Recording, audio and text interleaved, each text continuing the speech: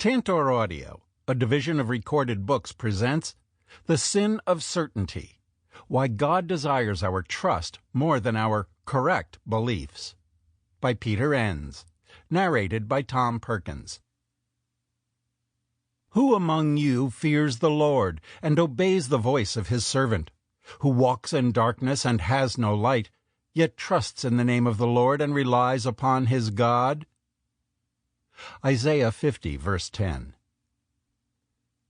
Trust in the Lord with all of your heart, and do not rely on your own insight. Proverbs 3, verse 5. As for knowledge, it will come to an end, for we know only in part. 1 Corinthians 13, verses 8 and 9. Chapter 1. I don't know what I believe anymore. My soul is full of troubles, and my life draws near to Sheol. Psalm 88, verse 3. Thanks for nothing, Walt Disney. A few years ago, I was on my way home from a boring, Lord help me get out of here, academic conference on the West Coast, and thought it would be nice to chill with an onboard movie, which airlines used to offer before they gave up trying. Nothing looked remotely interesting except for Disney's film adaptation of Bridge to Terabithia. So, sure, why not? Let's give it a shot. I can't recall my exact thought process, but I guess Disney's marketing assumption that your inner 10-year-old never really goes away is right on the money. The movie tells the story of a friendship between two fifth-graders in rural Virginia, Jess and his new neighbor Leslie.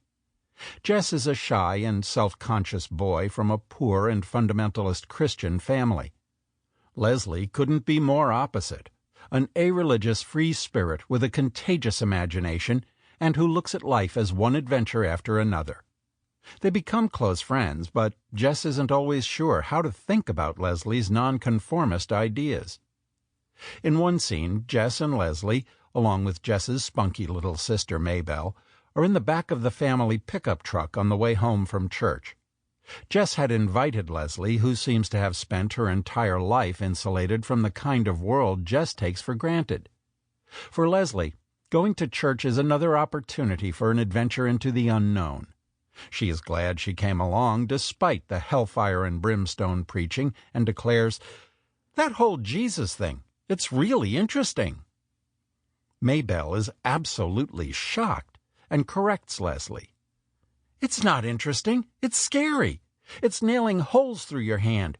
It's because we're all vile sinners that God made Jesus die." Leslie looks at Maybelle like she had just told her she believed babies were delivered by storks. "Do you really think that's true?" Not only do they believe it, but Jess tells her they have to because it's in the Bible. Maybelle dutifully adds that if you don't believe in the Bible, God will damn you to hell when you die. Leslie will have none of it. "I seriously do not think God goes around damning people to hell. He's too busy running all this," she says, pointing to the sky and trees overhead. And with that, I was nostril deep in a faith crisis, which, I don't mind saying, is embarrassing to admit. It wasn't fair. I wasn't ready. How was I to know that the company that gave us Mickey Mouse, Goofy, and Son of Flubber would venture deep into a religious debate? I was just minding my own business at 30,000 feet over the Midwest and was caught off guard. Me, a professional Christian, a seminary professor paid to think right thoughts about God and to tell others about them. But after a long trip, my orthodoxy shield was resting at my side. I was unarmed, and Leslie's words hit their mark. In a flash, and without words, I thought quietly to myself, I think Leslie's right. The idea that the creator of heaven and earth, with all their beauty, wonder, and mystery, was at the same time a supersized, Bible-thumping preacher, obsessed with whether our thoughts were all in place and ready to condemn us for eternity to hell if they weren't, made no sense, even though that was my operating, though unexamined, assumption as long as I could remember. A 52-second exchange in a movie, A Disney movie, for crying out loud. This is so embarrassing. Uttered by a fifth grader and total outsider to the Christian faith. She doesn't even have a PhD or fly across the country to academic conferences. And the next thing I know, my view of God flies away as if sucked out the window due to loss of cabin pressure. Leslie's comment confronted me with a simple yet profound and uncomfortable question. When the dust clears, and in the quiet of your own heart, what kind of God do you believe in really? And why? I thought I had that all worked out. Yet amazingly, with decades of church, Christian college, seminary, and graduate school behind me, and now a seminary professor, I had never actually asked myself that question to see what I thought. And have I mentioned how embarrassing this is? But now I felt threatened, cornered into a moment of uncomfortably honest reflection. Leslie's comment was uttered with such effortless, childlike, commonsensical innocence, and it brought to the surface thoughts that had been safely tucked away for many years behind a thick wall of proper Christian thinking. I had never openly explored my thinking about God because I was taught that questioning too much was not safe Christian conduct. It would make God very disappointed in me indeed, and quite angry. So, dangerous thoughts lay dormant, never entering my conscious mind. My theological antivirus software had been doing its job, working in the background to keep me from errors in thinking, until this stupid Disney movie snuck past and forced me to deal with it. Jess's God was my default God, but Leslie's God was the one I, deep down, wanted to believe in. My inner Maybelle reacted quickly. An aggressive, panicked voice scolded me for slipping off the rails. After all, I wasn't calling into question some side issue of faith like whether God wants me to give up chocolate or coffee for Lent, but a central question, perhaps the central question: what is God like? Once you start going down this path, there's no telling where the dominoes are going to fall. And then what? So I just sat there, trying not to think about it. But the train had pulled out of the station with me on it, and it was too late to jump off. I didn't plan this little moment, and before I knew it, my view of God passed from, yeah, I got this, to, uh-oh. Not triggered by an impressive book or lecture the way it's supposed to for scholars, not inspired while fasting or on a weekend prayer retreat the way it's supposed to for the spiritually mature, but a common and ordinary moment worked unexpectedly to snatch me from my safe, familiar, and unexamined spiritual neighborhood and plop me down somewhere I never thought I'd land, a forced spiritual relocation. This episode, and others like it, resulted in a lot of spiritual wrestling matches, a change in employment, a change in churches, and even some breaks in relationships with other Christians. But while there has been much angst and some pain, there has also been a deepening, a maturation, a growth in my spirit that has led to closer intimacy with God. I've come to accept these uh-oh moments rather than run from them, precisely because they are unexpected, out of my control, and unsettling. They bear with them a lesson I need to hear. I need to be willing to let go of what I think I know and trust God regardless. And I have come to trust that God uses these moments. Can we just be honest for a second, please? Most Christians, I'd be willing to bet sooner or later all Christians, have unexpected uh-oh moments that threaten familiar ways of believing and thinking about God, moments that show up without being invited, without a chance to prepare for what's coming and run for cover. Maybe we've read a book, listened to a podcast, watched Secrets of the Bible Revealed on cable TV, or a Disney movie on a plane, that introduced instability to our once stable faith. Maybe we've met new people who don't share our ideas about the Bible or God at all, but who are just plain nice and what they say makes sense. Maybe we've experienced a deep loss or an unspeakable tragedy that leaves us questioning everything we ever thought we believed about God, the world, and our place in it. I believe these uh-oh moments get our attention like nothing else can, In fact, I believe they are God moments. I don't claim to know how it all works, and I've learned the hard way over the years not to think I can speak for God, but I believe uh-oh moments serve a holy purpose. At least they have for me. They help break down the religious systems we create for ourselves that sooner or later block us from questioning, wondering, and therefore from growing. For many of us, faith is our rock-solid source of security and hope. It provides the map and values for how we navigate the world. But life has all sorts of everyday and ordinary ways of upsetting our thinking about our faith. I believe that in these moments, God invites us to deepen and grow in our relationship with and our understanding of God. These are key moments of growth because we tend to create mental fortresses that keep us in the same safe religious space.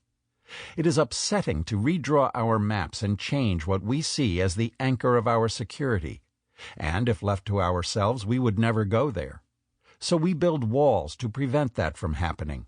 Walls within which we preserve what makes us feel secure, where we are in control and our God makes perfect sense to us. Watching certainty slide into uncertainty is frightening. Our beliefs provide a familiar structure to our messy lives. They give answers to our big questions of existence. Does God exist? Is there a right religion? Why are we here? How do I handle suffering and tragedy? What happens to us when we die? What am I here for? Answering these questions provides our lives with meaning and coherence by reining in the chaos. When familiar answers to those questions are suddenly carried away like stray balloons at a county fair, we understandably want to chase after them, to get them back. When once settled questions suddenly become unsettled, our life narratives are upset, and no one likes that. Reflecting on that tension and working through it is what this book is about. Another dynamic at work here is how friends, family, and church members would handle it if they knew what you were thinking. Feeling judged and banished is a common story among those who take a risk to let people in on their well-guarded secret. Since I have outed myself as someone who is okay with questions about the faith, I can't tell you the number of private conversations I have had with people, often virtual strangers, telling me about their secret questions and thoughts. They seem haggard and worried, even frightened. Taking a risk like this could mean being branded for life, that person who used to have such strong faith, but is now just another doubter who doesn't know what she believes anymore. Church is too often the most risky place to be spiritually honest. What a shame. And when pastors and other Christian leaders are going through this, well, don't get me started. Those poor people. While they're working things through in private agony, they still have to keep up appearances or risk public shame, not to mention their paycheck. So you hold it in and muddle through your life, keeping it all quiet, trying not to think about the lost faith you now mourn, and hoping nobody brings it up. Or after you have tried to hold it in for a while, it may reach a point where the pressure is too much and explodes into a full-on crisis. We need to talk about this. Sooner or later, we all find ourselves faced with some serious challenge to how we think about God. Don't we all eventually come to a crossroads where familiar beliefs don't work very well, and we just don't really know what we believe anymore? Even if we have never verbalized it to ourselves, let alone to others, don't we all at some point have a nagging background noise of doubt, a deep undercurrent of cognitive dissonance where what we were once so certain about evaporates like a dream? Okay, I'll go first. I've certainly had some of those moments, and not just on airplanes. They're always uncomfortable and disorienting, and I just want them to go away. But I have come to trust, or at least I try to trust, that God is not calling me to resist these moments. I believe God patiently leads me through them. I won't say my faith is stronger. That implies that the uh-ohs have been fixed or conquered, which is the opposite of what I am saying. I mean, my faith is more real more textured, three-dimensional, and without the constant fear of being wrong playing in my head or that God is disappointed in me for not acing a multiple-choice theology exam. One of my uh-oh moments happened when I left a spiritual community I had been a part of for 20 years. Leaving was challenging enough, but the really difficult moment ambushed me quietly and without warning several months later. In my mid-20s, I attended for 4 years a small conservative but sane seminary and then returned to teach there after earning my Ph.D. I would wind up spending another 14 years there as a Bible professor, from my early 30s to mid-40s, about half my life at that point. The community deeply and powerfully shaped my thinking about the Bible, God, and life. That school was my spiritual home, more so than any church. It defined my faith. I couldn't imagine being anywhere else for the rest of my life. I had some good years with fond memories, but toward the end of my time there, things began turning sour. We had a lot of quick turnover on the faculty, administration, and board, and that often leads to shifts in ideology. It was thought that things had become too relaxed, and now the school's conservative identity had to be protected. And with that, the atmosphere changed from collegial and generous to tense and adversarial. Our teaching and writing began to be closely monitored. It seemed like the slightest perceived deviations in thinking led to very serious meetings about the future of the school and maintaining our heritage. That was my experience. The long and short of it is that I resigned after several stressful years. I will come back to that part of the story at the end of the book, because it is part of a larger story of how I began to trust God differently through all this. But for now, let me just say that I was ready to leave. Despite how much the school had meant to me spiritually, I was ready to leave. Very ready. So I did. I recall those first few months of sweet freedom. I hadn't felt that light and joyful in probably a decade. Pick your cliché. I felt alive, born again, as if I had been liberated from a prison camp, released from a dungeon, and had seen the sunshine and felt the cool breeze for the first time in ages. And I had boundless energy. I was bursting at the seams with fresh and exciting ideas I felt free to put out there without threat of scolding.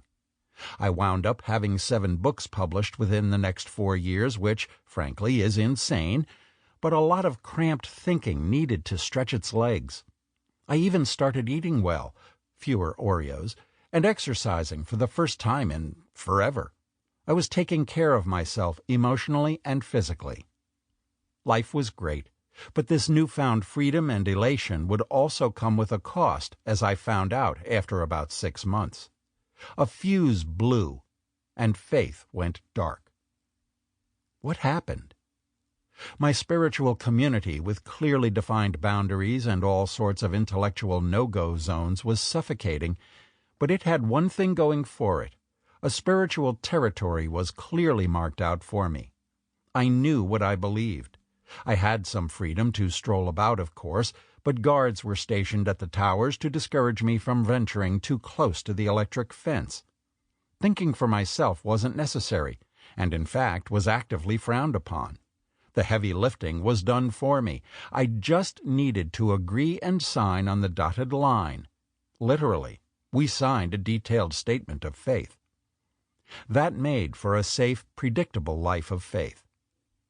In this model, true faith and correct thinking were 2 sides of the same coin, and that mentality had deeply formed my own spiritual identity.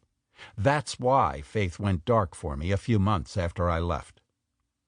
With no boundaries, nothing to sign, no big brother watching over my shoulder to make sure I maintained correct thinking, I was flying solo for the first time in half my life. It was up to me, not someone else, to forge a spiritual identity, just me and God with no one running interference. And I wasn't ready for it. A question began forming in my head, as if imposed by some outside force. "Well, Pete, you got what you wanted. No one's telling you what to think. So, what do you think?" Being confronted with that question was frightening.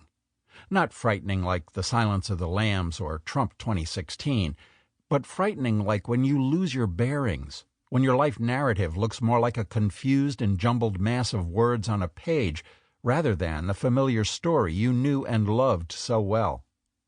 Religious structure provides a sense of self, and now without it I felt utterly alone, with no idea where all this was heading. What do you really believe, Pete, when no one is telling you what to believe? Who is God to you? Is there a God? How far are you willing to go to accept the challenge of this new journey where you can barely see your own hand in front of your face? What familiar roadmap are you willing to leave behind?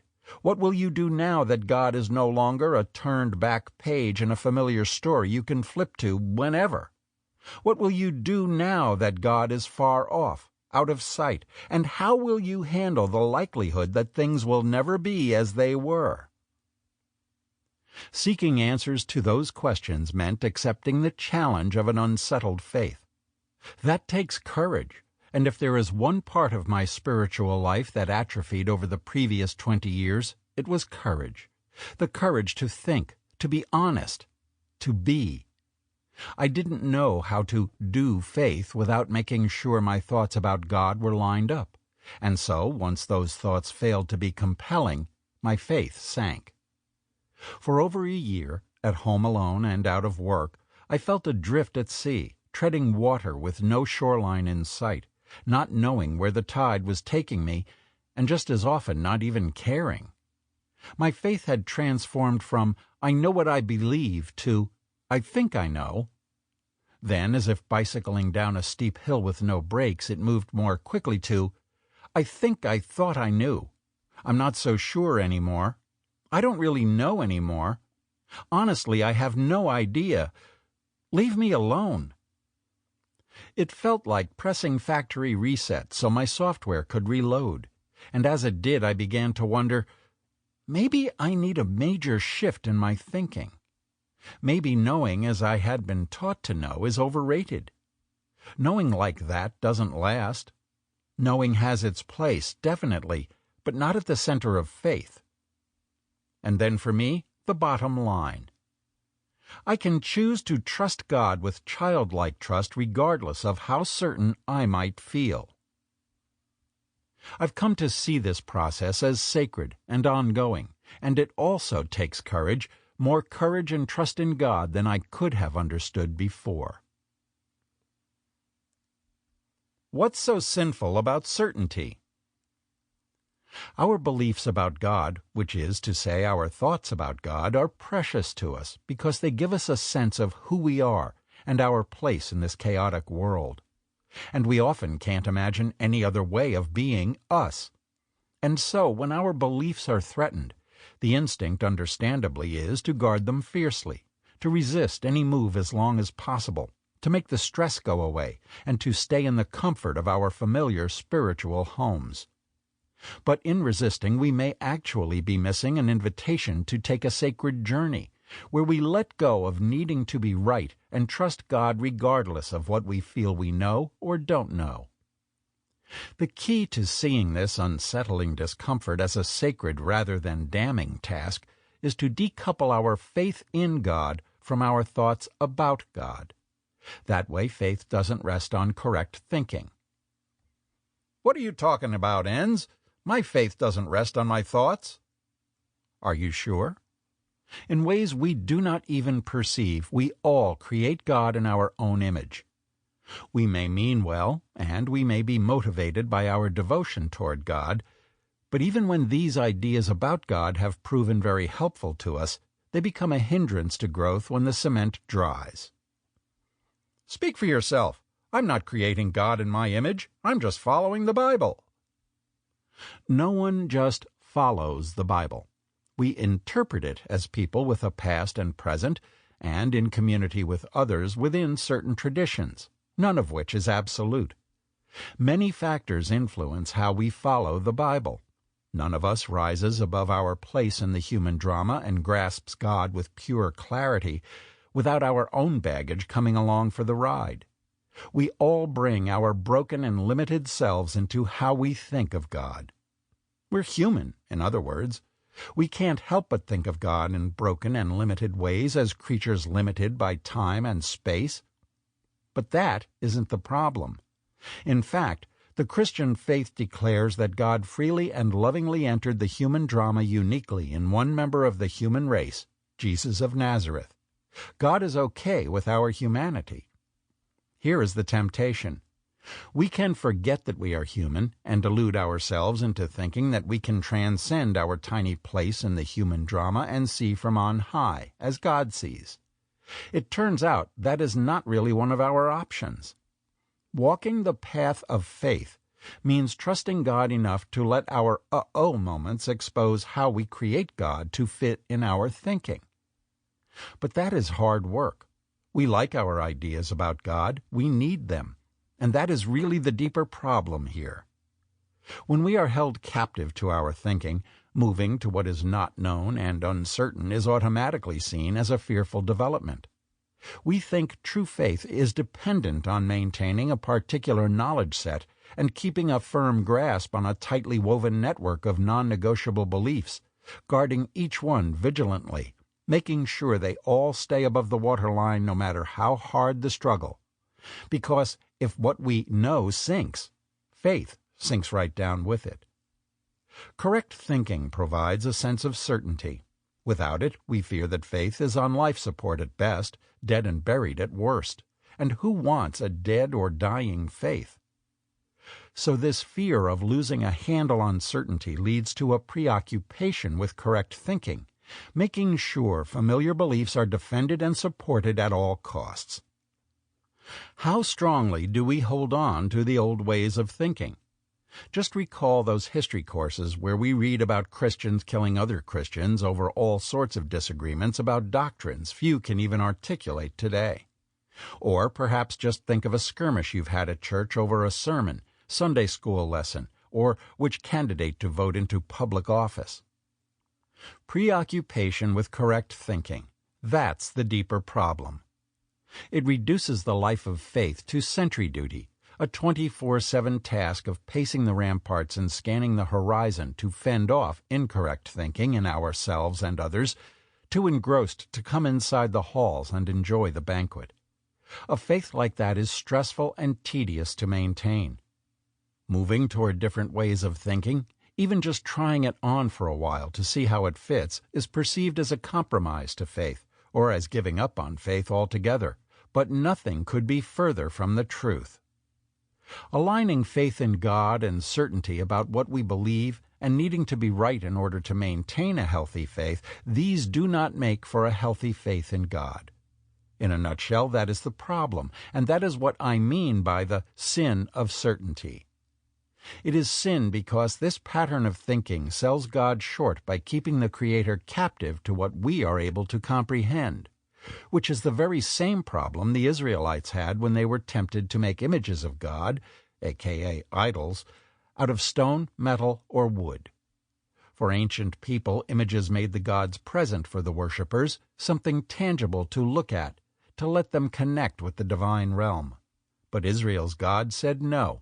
Any images shaped by human hands limit God by bringing God too far into alignment with ancient conceptions of the divine.